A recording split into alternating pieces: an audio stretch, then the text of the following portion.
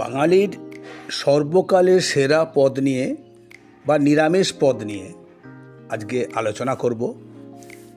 তিক্ত রসের এই বাঙালি খাবার, যেটাকে আমরা অন্যতম মনে করি এবং শুরুতে ব্যবহার করি।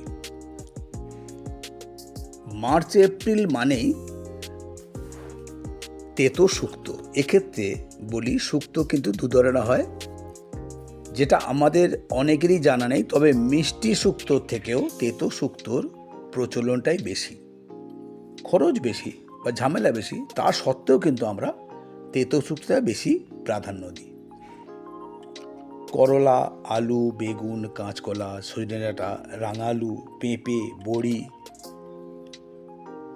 গাজর, মূলো ইত্যাদি দিয়ে আমাদের সাধারণত শুক্তো তৈরি হয়।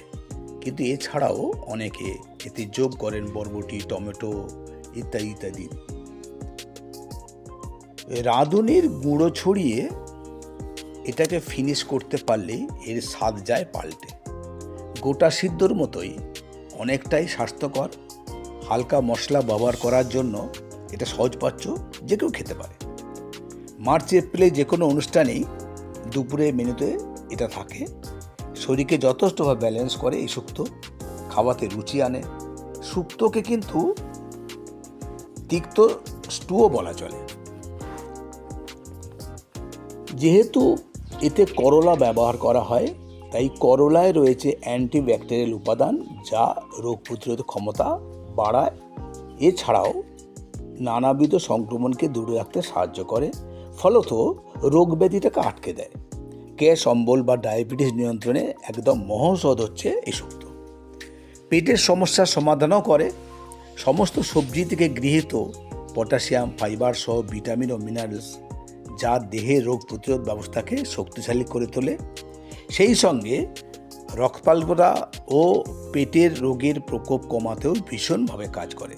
সুতরাং সুস্থ থাকতে হলে সপ্তাহে অন্তত 2 দিন শুক্তো খাওয়া বাঞ্ছনীয়।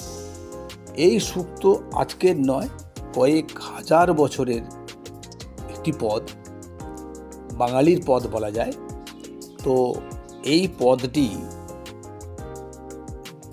আমরা ইদানিংকালে একটু দুধ যোগ করে দুধ শুক্তো করি, রঙটাকে একটু পরিবর্তনও করে দিই। তাই আমাদের এই বিভিন্ন সবজি সহযোগে এত হালকা খাবার এবং মুখে রুচি আনা একটা খাবার, এটাকে বাঙালি বিশেষভাবে এটার মর্যাদা দেয়। যে ধরনের এই অনুষ্ঠান হোক, যদি মধ্যাহ্নভোজন হয়, অবশ্যই সেখানে শুক্তোটাকে রাখা হয়। আজকে আমাদের শুক্তো নিয়ে আলোচনা এই পর্যন্তই। পরবর্তীকালে আবার আলোচনা করব। চ্যানেলটাকে সাবস্ক্রাইব করে আমাদের সঙ্গে থাকুন, প্রতিটা পর্বে থাকুন, দেখতে থাকুন এবং শুনতে থাকুন।